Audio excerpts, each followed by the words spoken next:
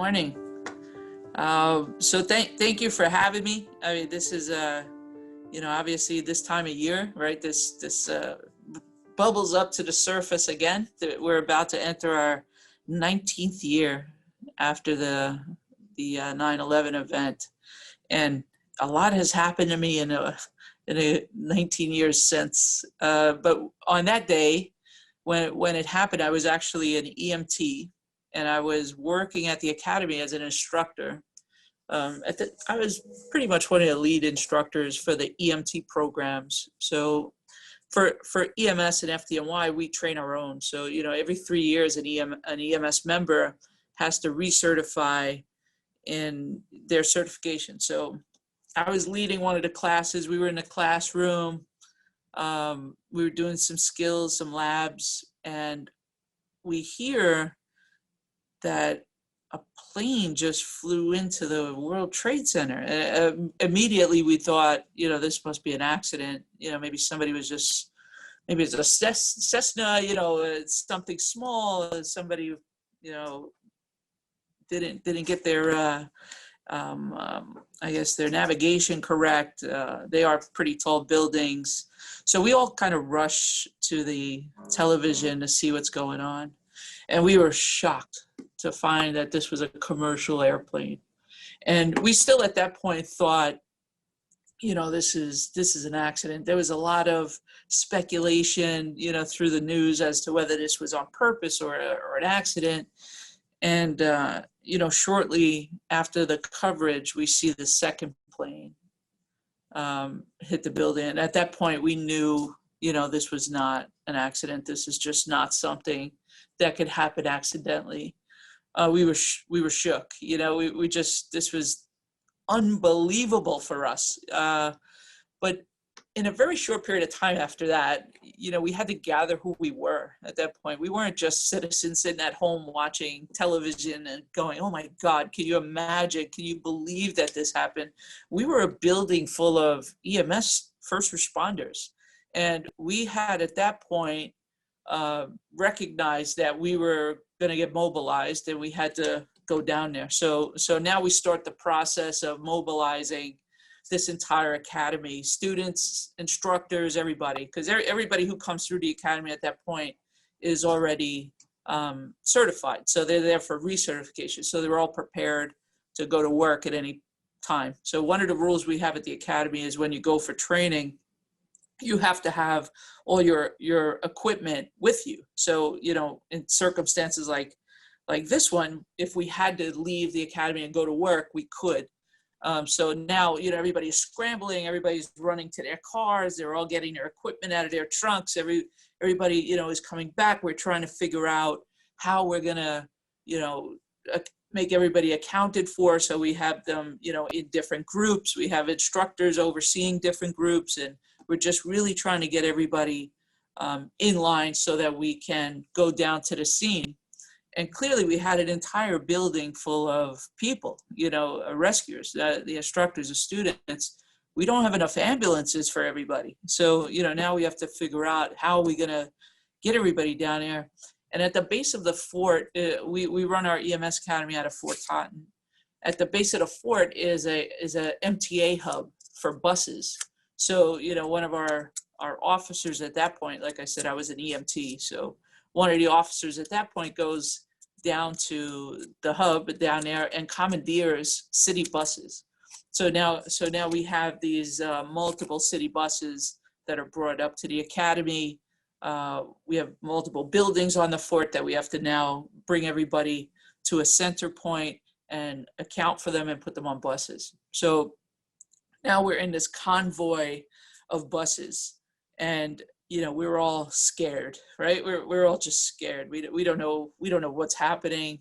We know this is the most terrible thing that we've seen, and you can imagine, all the people that are in that building now trying to get out, and there's fire, there's smoke, there's a plane in the building. We have a lot in front of us when we get down there, being first responders, particularly in a medical event, which this is, right? We expect that there's going to be a lot of, patients.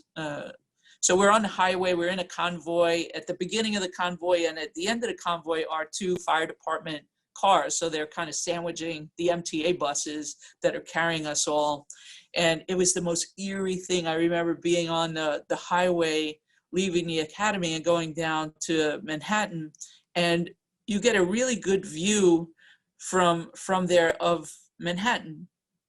And you see it's right on the other side of the tunnel. And like all the cars just come to a dead stop. And they're just, people are out on the highway just watching, you know, these buildings. And I remember our chief, I'm pretty sure it was our chief anyway, he was in the front car getting out on the highway and like yelling at the cars, yelling at people to get out of the way because we needed to get through. So, you know, we're on the highway, we're on our way down there, and all of a sudden the first tower falls. Like we had no idea, like no, at least as far as I'm concerned, the people around me, we had no inkling that this building was going to fall. It wasn't even a possibility. We just knew we were going to a damaged building, and you know, but the building falls, and we see this from the highway, and everybody just is at a dead stop, and everybody is stunned, and they're yelling, you know, get out of the way. We have to get down there. And finally we make it through, and I think everybody was just silent. Like they were just like, oh my God. Because, you know, the thing that goes into your head now is, man, if that happened to the first building, we got another building standing.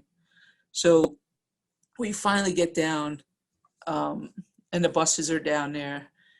And then all of a sudden, the second building comes down, right? So we're now there, we're enveloped in this dust and dirt and smoke and all the other stuff. And we're inside the bus. So, you know, we are still somewhat safe. But it is clear that what we thought we were going into and what we are in now are two different things. So, you know, we get down there after a while, we were able to unload the bus. Now we have two buildings down.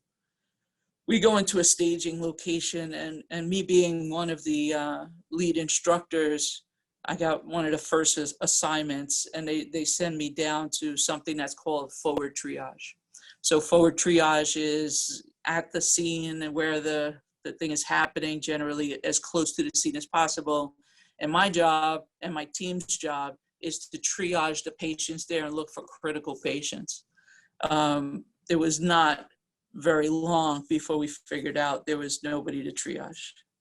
So my team turned into a morgue. There was just nobody to triage. So we set up in a building that was right at the pit, right at the base of the pit.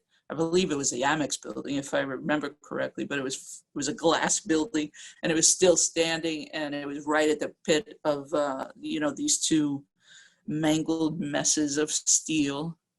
And our job was to pull people out and try to identify whether they were male or female, or, you know, fire department or not.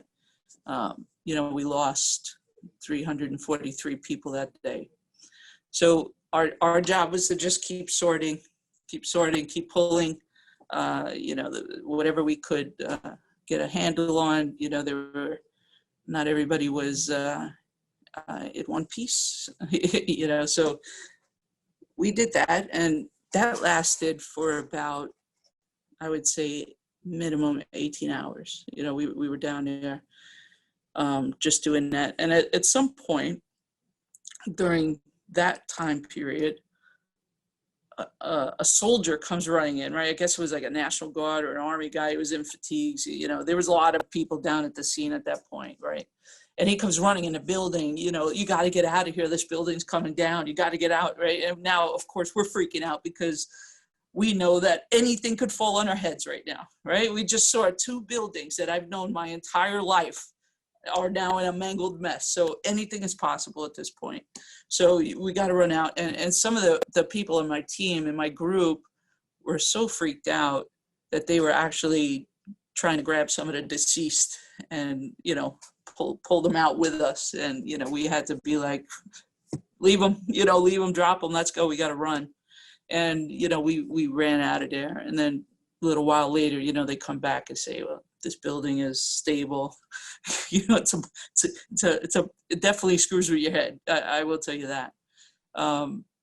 So we go back in and we're doing our thing. So our team was really about more just getting these folks either identified in some way, even if it just meant, this is a male or this is a female.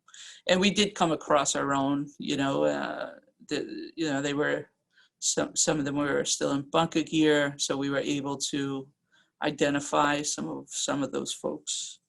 So that lasted, for at least 18 hours. I remember back then, we didn't have the same level of communication that we have now. So, there were still beepers, right? People were still carrying pagers. There weren't any real cell phones. Like, not everybody had cell phones. I think the Nextel was like the only thing that was working, and hardly anybody had that, because when the buildings came down, so did the antenna. So there was like no communication, no cell phone communications. And we didn't have any radios, right? Because we had an entire building full of EMS people that got sent down there.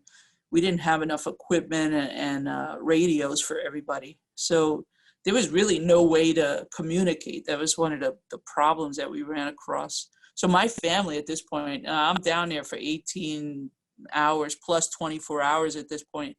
And, I went to work and I just didn't come home. That's all they knew. And I had a 3-year-old and a 14-year-old. And, I find out later on that because I didn't have a radio, they had done a radio roll call, and I didn't have a radio. So I was on the missing in action list.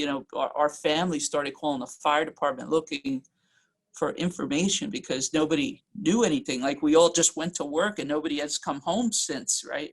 So, I know my family was informed that I was missing in action, and the whole time I was actually working. Thankfully, I was okay.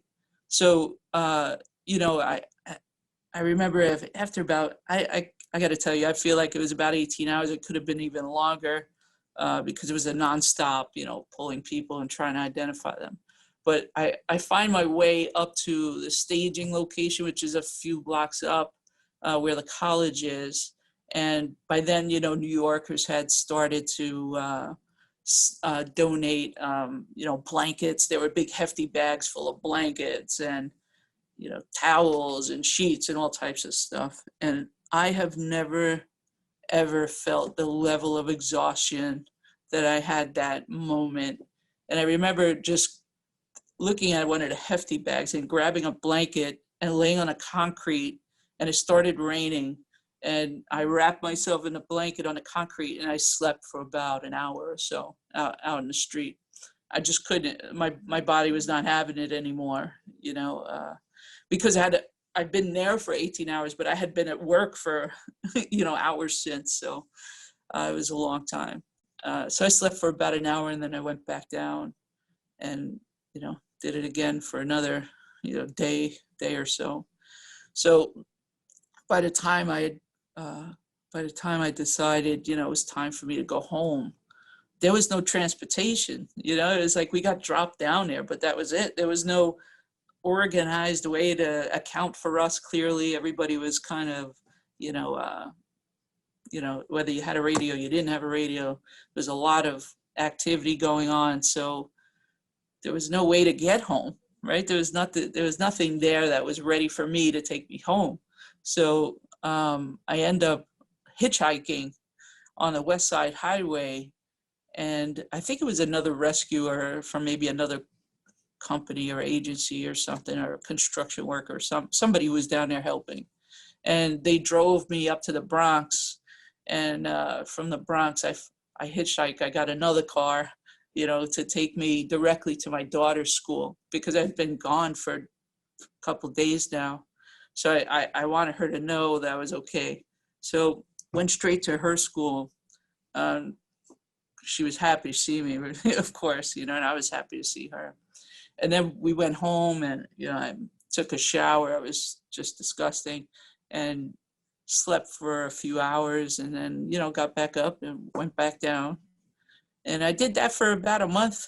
I was down there, day and night, sleeping for an hour or two in between, just trying to identify people. And it was starting to develop now. After the first week or so, or a couple of weeks, it started to get a little bit more organized. So things were being removed, and so it was really starting to develop as an MCI, as a multiple casualty incident. I guess even though there weren't anybody there for us to treat, we still had a lot of rescuers there. So my job was to sit in what we call a gator, which is like a golf cart, right? And now I'm sitting with my partner in this vehicle, and it doesn't move very quickly, but I'm sitting at the base of the Liberty Hotel, or Liberty building, and the Millennial. I think there's like the two buildings that right next door to each other. The Liberty Tower, that's what it was. And I'm sitting at the base. So because there was no communication, our job was to keep our eyes on the pit, right? Which is what they called that, I guess, center location where all the building debris was. And as they were starting to remove it, if they found a body or they found anything, they would call for us, and then we would drive in and collect, the person or the body part or whatever, and then, take it to the location, the morgue. So now I'm sitting at this location, and the rule was if you heard the air horn go off 3 times, there was danger, right? So you needed to just be very aware. You couldn't sit there and not pay attention. So the air horn goes off for 3 times. And now people start, where I'm sitting, right? People start running. They're being told that the Liberty Tower is coming down, right? And everything was a little bit unstable, and, there was damage to some of the other buildings. So now I'm sitting in this vehicle, and people start running for their lives. And I start driving this vehicle. Me and my partner were driving this vehicle away from there. And people are running past me. And I'm driving this vehicle. So, at some point I decide this vehicle doesn't move as fast as I can move. And we jump out of the vehicle and we start running. We just leave the vehicle there. We start running. And then again, later on, they'll be like, no, everything's okay. The building's stable. Like, I can't even tell you how many times I ran for my life while I was down here, because the fear is just palpable. The things that you thought were not possible are sitting right in front of you right now. These buildings were a symbol of Manhattan. I grew up with these. These were always our skyline. These are the things as a kid that, we would look up at and say, oh my God, look how big this is. So, the fact that they're laying in front of us meant that anything goes. So, it wasn't funny then, I will tell you. I mean, I could chuckle about me jumping out of this gator and running. I think I ran to the Brooklyn Bridge. I was so scared. But, now I could chuckle, but before it was not funny. I thought, we're all going to die, So, we just go through this thing, at least for me. I'm there every single day for most of the day, for at least a month. And then I have to get back to the academy. It's about that time where we have to start to put our pieces back together, right? So we have to start to get our classes back up and running and keep our people certified. And, so we go back to work there. So, that's pretty much, my story of being down there. I could tell you that over the 19 years, I've had a tremendous 19 years since that event. I'm coming up on 30 years now, but I've had a tremendous career. And I find myself now as the chief of EMS, and that's the highest ranking officer in EMS. So, now I'm faced with the story. That's all I have. And the people that are coming into the system were either babies or not even born, So this is just really a story to them. So one of the things that I did when I was the chief of training was all of our EMS Proby classes go for a trip down to the World Trade Center site, and I go with them. And this, really lens to never forget, right? And the way to never forget is to continue to tell the story of the sacrifice that people made down there. Certainly the supreme sacrifice, and the supreme sacrifice that people continue to make. We've continued to lose people since that day. But all of our probationary EMS members now take a trip while they're at the EMS Academy down to the World Trade Center. And I go with them. And I went with them personally when I was the chief of training, and I still go with them personally now that I'm the chief of EMS. And we go down there, and we have a formation, we line up, we pay respect, we have a little ceremony of bagpipes, we lay a wreath, and then the class gets to go into the museum without any public in there. It's a prearranged thing. And they get a video presentation on how EMS and the FDNY contributed to that day. And then they get to walk around the museum and really absorb, right? Really absorb and take it in. And I have to say, it changes them, because it goes from something that they heard, a story that maybe their parent told them, or they heard when they came to the FDNY.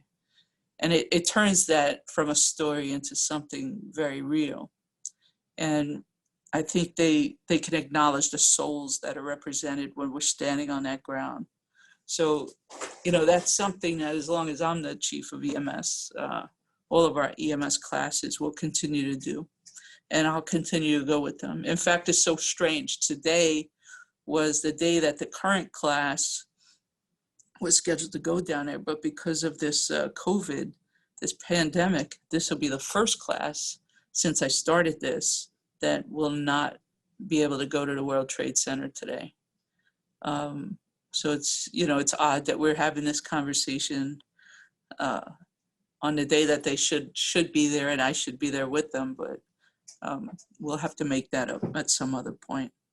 So, we have to just continue to tell these stories. And my job as a chief of EMS is to make sure that these EMS members who have never seen anything on this scale are ready and prepared to respond to the worst of the worst.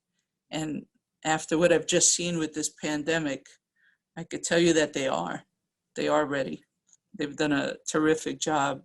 And even without having experience, with seeing things of this level, they were able to rely on their training and just fall back on their commitment and dedication and compassion and professionalism and willingness to put their lives in a line for someone else to live. So I'm exceptionally proud of them. And I always will be. Yeah. At what point were you able to get to your family word at all that you were safe, or was the first time they realized you were safe when you saw them? Yeah, the first time they realized it when I saw them.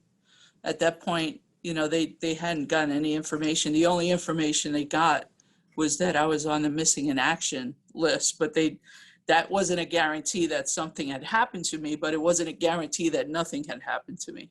So when I went to my daughter's school, that was the first time that, they got news that I was okay. That must have been one emotional moment. Yeah, it was super emotional. The entire school welcomed me. They stopped classes. Yeah, I was still covered in dirt, mind you. I had gone straight from, being down there several days, pulling people out of rubble, to going directly to my kid's school. So, I'm still very contaminated. I guess I shouldn't have went there first, but I needed her to know that I was okay. So, I got there right around lunchtime. So, the school, she had gone to a Catholic school, and they just kind of shut down all the classes. They came out and greeted me, and they said a prayer for all the people down there, and so she was very happy to see me. And I tell you, when she was a kid, she said, "My mom will never be there alone again." And she joined the fire department.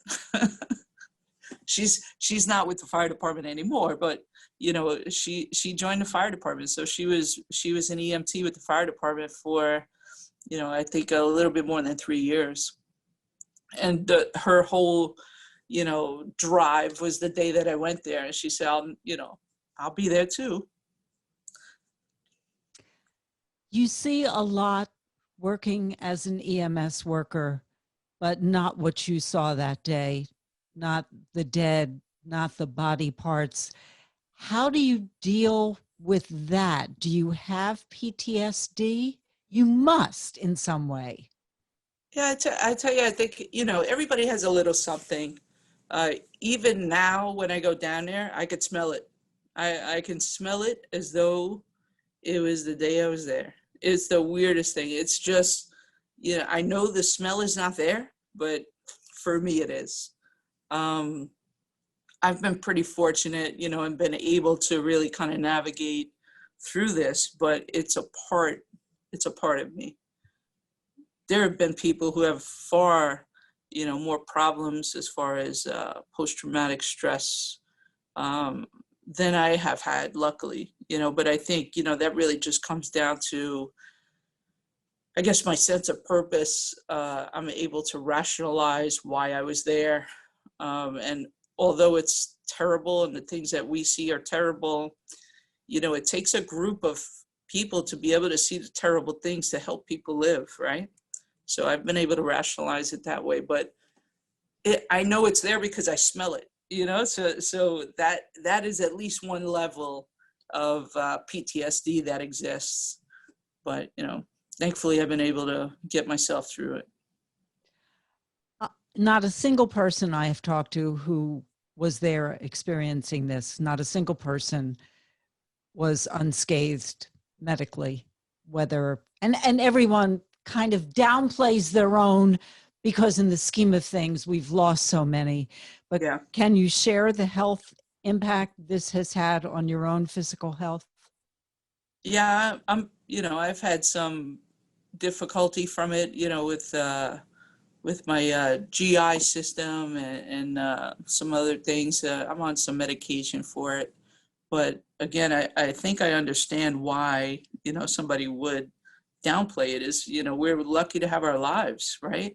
And we have lost over 270 people. I think we might be up to, let me see, I don't even know, let me see where we are, but 226.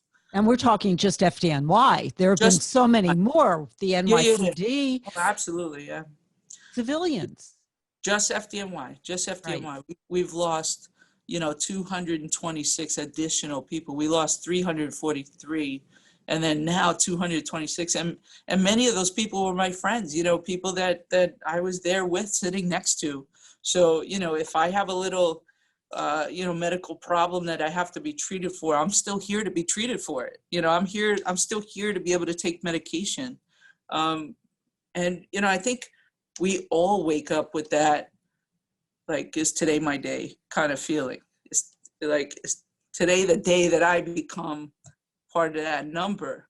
So it makes you see things a little bit different. Like, I'll tell you, I don't sweat the little things anymore.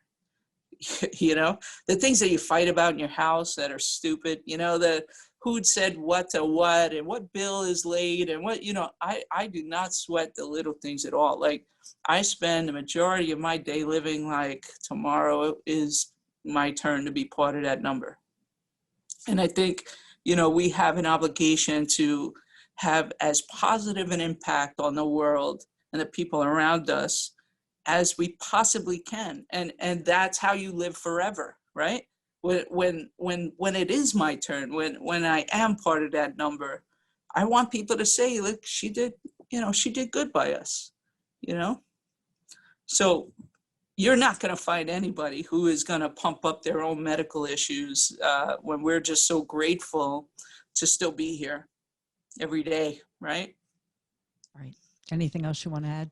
No, I think that's it. Unless you have any additional questions, I think that's a pretty comprehensive accounting of my experience, and now we're off to a pandemic, which is, again, is is, I guess, takes first place now in the craziest thing I've ever seen in my career.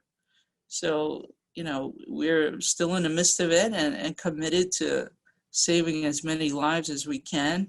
And, you know, there's more trouble to come. You know, we have a deficit in the city, and, you know, there's lots of challenges coming our way. So we're just going to keep on keeping on. And you should too, Chief. And I will. And thank you so much. Thank you for being a friend too. I'm so honored to call you my Yes, friend. my Thank pleasure.